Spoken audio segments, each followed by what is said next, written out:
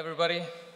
One thing I really love about our industry, you're going from a PhD to a college dropout. So, my name is Jónsi, and I always use Jónsi because I learned really early on in my career working in the States, in the Valley, that nobody could pronounce Þorgrímur, and I hate being called John. So it's always Jónsi, so if you meet me, call me Jónsi because I don't even answer to the name Jón anymore. Yeah, anyways, my name is Jónsi. I'm the CTO at NetApp and former CEO of GreenCloud. I'm not going to go super technical, even though I tend to do that. Rather, I wanted to give you guys a glimpse into the roller coaster ride our journey was. Going from an Icelandic startup to being acquired by a Fortune 500 US tech company. GreenCloud was founded in 2010 as a public cloud company, basically an infrastructure as a service, with the uniqueness of being powered by 100% renewable energy. We really thought that the world would become aware of the massive climate impact IT was having. Today, data centers account for 3.2% of the total worldwide carbon emission. And if you compare that to all the airlines in the world, combined, they account for 2.7%.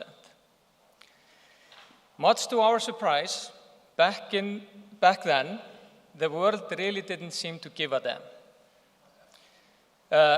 And there was no way we could actually compete on prices with the likes of Amazon, Microsoft, and Google for infrastructure. Just as an FYI, more than 90% of their data centers are being powered by fossil fuels. We even went that far that we created the CO2 calculator that showed you your savings based on from what country you were migrating your workloads and to one of our data centers or one of our cloud regions was based in Iceland or Seattle. All 100% renewable energy. You could say that we were early, too early, or at least ahead of our time.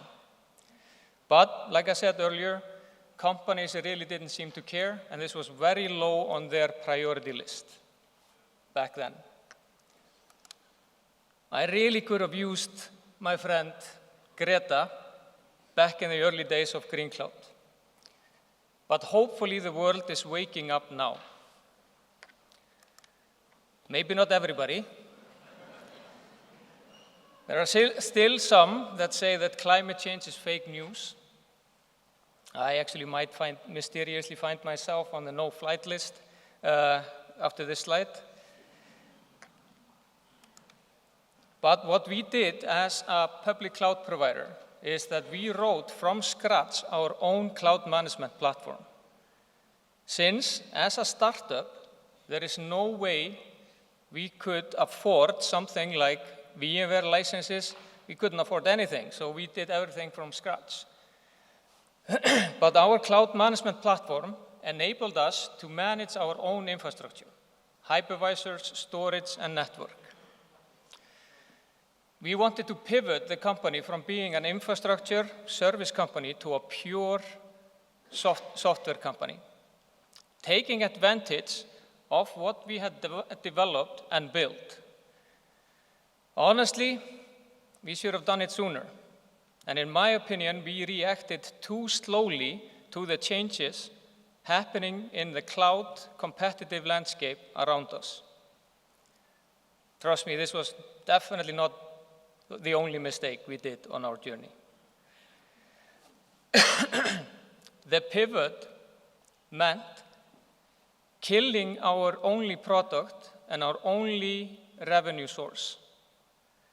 And changing a business model and a deployment model is never easy.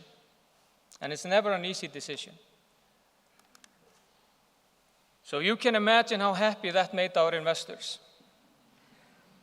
Now, I'm of course joking. First off, our investors weren't this old and grumpy. But of course, we had to sell them on the pivot. We've always had a very good and brutally honest relationship with our investors and our board. And this is something that I advise every startup company that I mentor. Always be honest, always be brutally honest. We overall, like I said, were very lucky with our investors, and after long debates, supported the pivot 100%. Injected more funds into our company and really believed in our new vision. Pivoting is not easy on anybody, the founders, the staff, or the investors. My most important pitch ever, and the only one I've ever been really nervous about, was not to the globally renowned VCs or private equities or even my current investors. It was to my employees. Because without their trust, belief, and buy-in, we would have nothing. And I will never forget that, and I owe them everything. And you'll see this as the sort of red line through my talk. It's all about the people. Let's talk a little bit about the pivot. We started with this very grand idea that we wanted our offering to be hybrid, before hybrid became an overused marketing terminology. QStack, our cloud management platform, should be able to manage your on-premise environments on any hypervisor and any public cloud of choice from a single pane of glass. We always felt and knew that containers would be the future of modern workloads, and microservices would rapidly increase the rate of development. So we started down the path of integrating Docker and later Swarm into our cloud management platform, but realized that it was lacking the required functionalities to serve enterprise customers and production workloads. So we dropped Docker and Swarm and all the work that we had already put into that, and went all in with a no-name project that we had been working on with Google called Kubernetes. We were one of the first companies in the world to go all in with Kubernetes, and we actually started working with Google when it was still an internal project called Borg. But thankfully, it became the biggest open source project since Linux. And now the world has gone all in as well. All the public clouds, everybody is 100% into Kubernetes as the future of both development and infrastructure management. I wanted to show you what we created, and in my opinion, this was actually the first Kubernetes UI, and it's still, and I'm of course not biased at all, by far still today the best. There is one big difference with... Tack. Welcome, obviously. So there is one big difference with how we approached Kubernetes. We took a very application-centric approach, while the rest of the world took a very infrastructure-centric approach. And this sort of cemented our technical partnerships with the likes of Google and Microsoft and Intel and NetApp. But from our perspective, we wanted everything to flow from the application down, since we believed that developers really don't and shouldn't care about the underlying infrastructure. Being able to easily configure auto-scaling via replica sets, placement policy algorithms, and self-healing from the application layer down to the infrastructure, completely abstracting that away so developers didn't even have to think about it. Today, QStack serves as the service delivery engine for anything NetApp runs in the public clouds. With our technical vision and delivery of bleeding-edge technology, we rode and caught the next technical wave. that so many enterprise companies miss or join very late or even too late. Still today, after all the mistakes I've done, I'd still rather be early, too early, than late. We were lucky enough to get some of the biggest banks in the world as basically our beta customers and started technical partnerships with the likes of Google, Intel, Microsoft, and NetApp. We were slowly becoming the prettiest person at the dance. Even in the startup world, the clock is always 3 a.m. and everybody is pretty damn attractive at that point.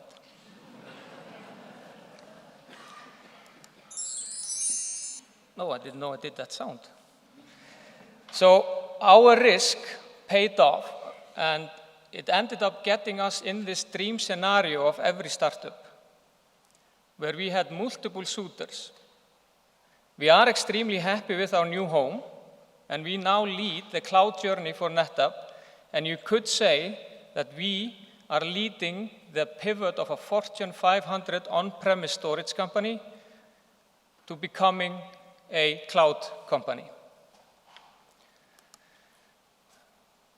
We are working closely with all the public clouds on the engineering level, since we are the only company that actually has a first-party service running on all of them, and all as a service.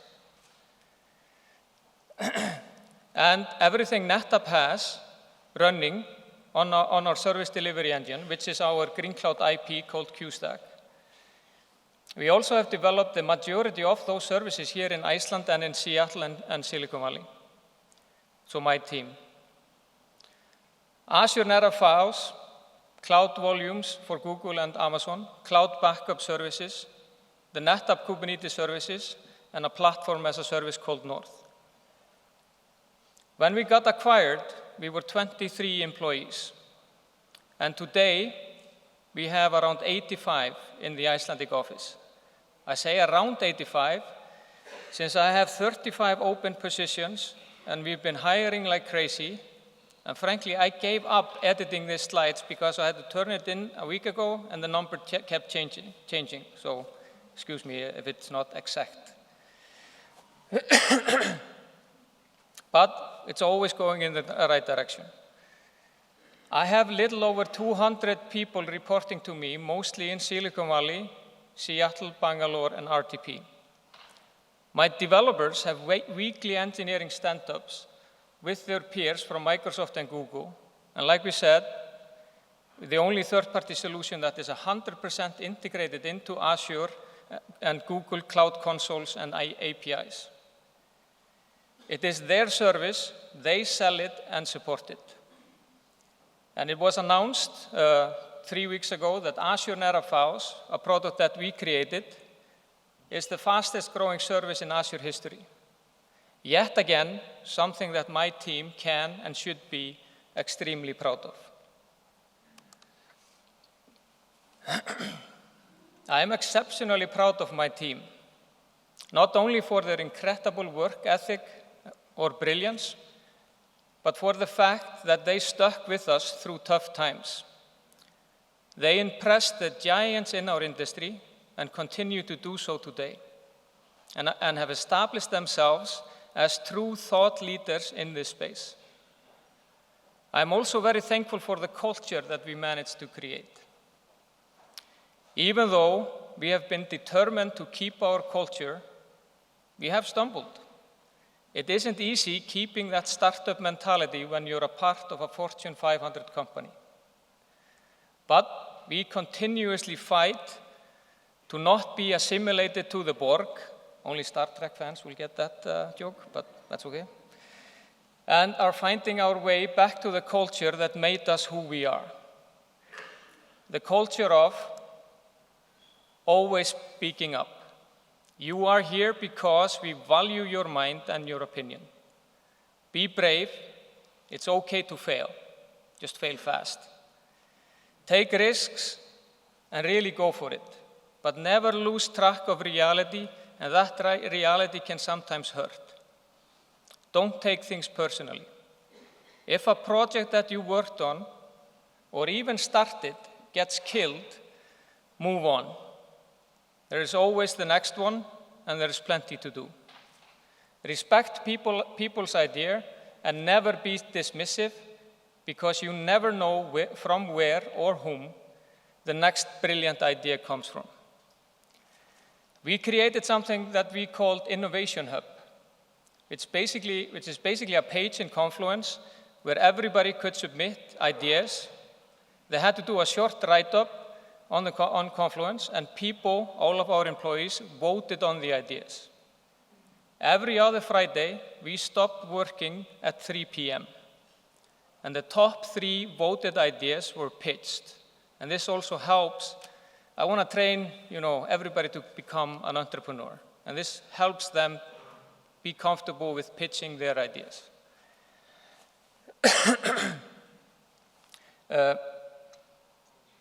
It didn't have to be about the products. They could be about the culture, where to go on the next team building trip, or what should always be available in the fridge. Usually it's Red Bull, but that's... Sadly, this is one of the things that we dropped after the acquisition and would love to get back on track. Well, thankfully, some things never change.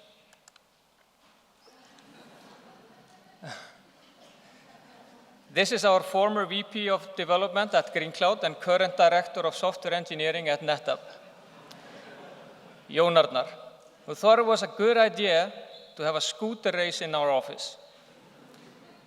He ended up with 12 stitches and nearly lost his finger, but he gained valuable knowledge that he should just stay as the brilliant developer he is. His racing days were over faster than they started. But hey, he gave it everything he had. We did our share of mistakes on our journey that won't be counted in the number of stitches, but we still wear the scars from those mistakes with pride, and a solid reminder not to repeat the same ones, but most importantly, still not afraid to make new ones. I wanted to talk a bit about the startup environment in Iceland, because it's really dear to me. Even though we have our share of problems, like our damn microcurrency, overall it's been getting so much better. And I would like to mention especially Tækniþróunarsjóð, sorry for the Icelandic. That is a government-owned and operated research and development fund that all tech startups can apply for, and it's actually a very well-structured process that have not only helped many startups, but simply saved them.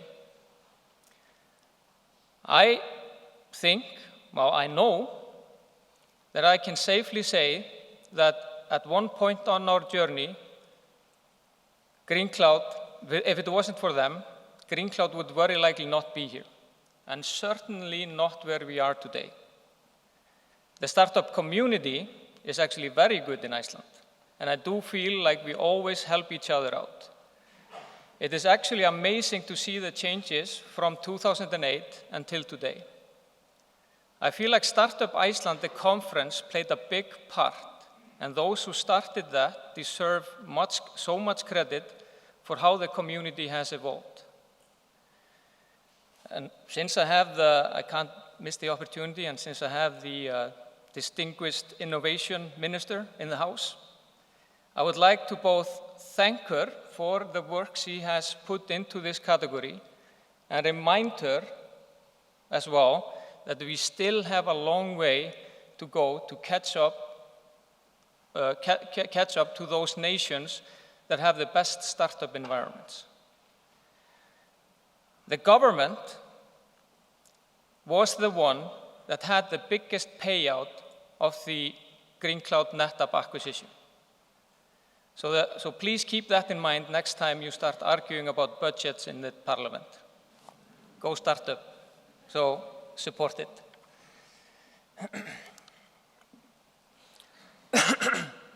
There definitely is some hype about being in startup, which is a good thing, I guess.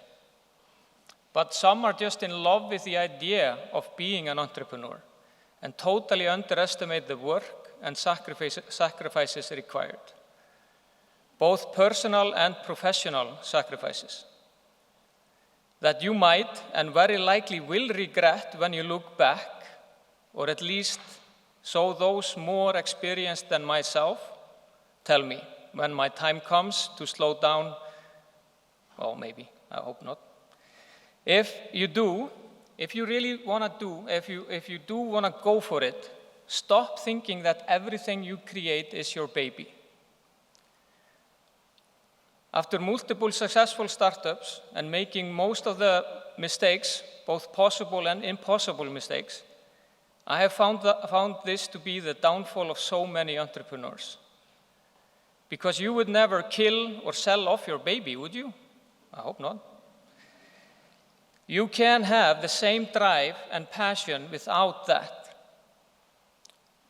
That way of thinking will cloud your judgment and prevent you from making the necessary changes and having, being able to pivot a company.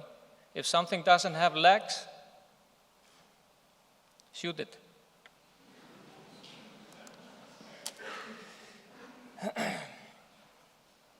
Icelanders, we are hardworking, creative and innovative bunch. I think we always had to be. Otherwise, nobody would live on this volcanic rock in the middle of the Atlantic Ocean. We know how to make great products, and we are getting better and better on the marketing and sales side. One of the key qualities of Icelandic people is that we've always been curious and not afraid to dive into new technology. Living on the cutting or the bleeding edge is second nature to us. Sadly, I feel like we are losing that curiosity and adventurous spirit a bit. As an example, Green Cloud, or our product QStack, was always way more successful abroad than in Iceland. We had actually very little traction in Iceland, and only a few Icelandic customers were using QStack. Everybody seemed to have become complacent with old subpar technology and afraid to adopt anything new. And this is more towards the sort of established Icelandic companies. We had three of the biggest banks in the world as our customers, and we couldn't get a hot dog stand to buy QStack here in Iceland. And that to me is sad, and the slow adoption of Kubernetes cloud or functions in Icelandic established companies is a great indicator of that sad reality. But it's all about the people. The people is the reason why I already have 2 other startups in Iceland, and I wouldn't think of ever starting them anywhere else. The brave, hardworking, crazy people that are either born here or, better yet, crazy enough to purposely move here. The key to any successful company is our most valued resource, our talented people. Allow them to run, be bold, take risks, and even fail from time to time. And unlike the central bank speech, remember what makes us, well, us. Þetta reddast allt saman. Thank you for listening, and if you have any questions, we have a booth out here with our partner Sensa, who's our NetApp Icelandic partner. Have fun, go out there, try new technology, evaluate it, but most of all, test it out. Thanks.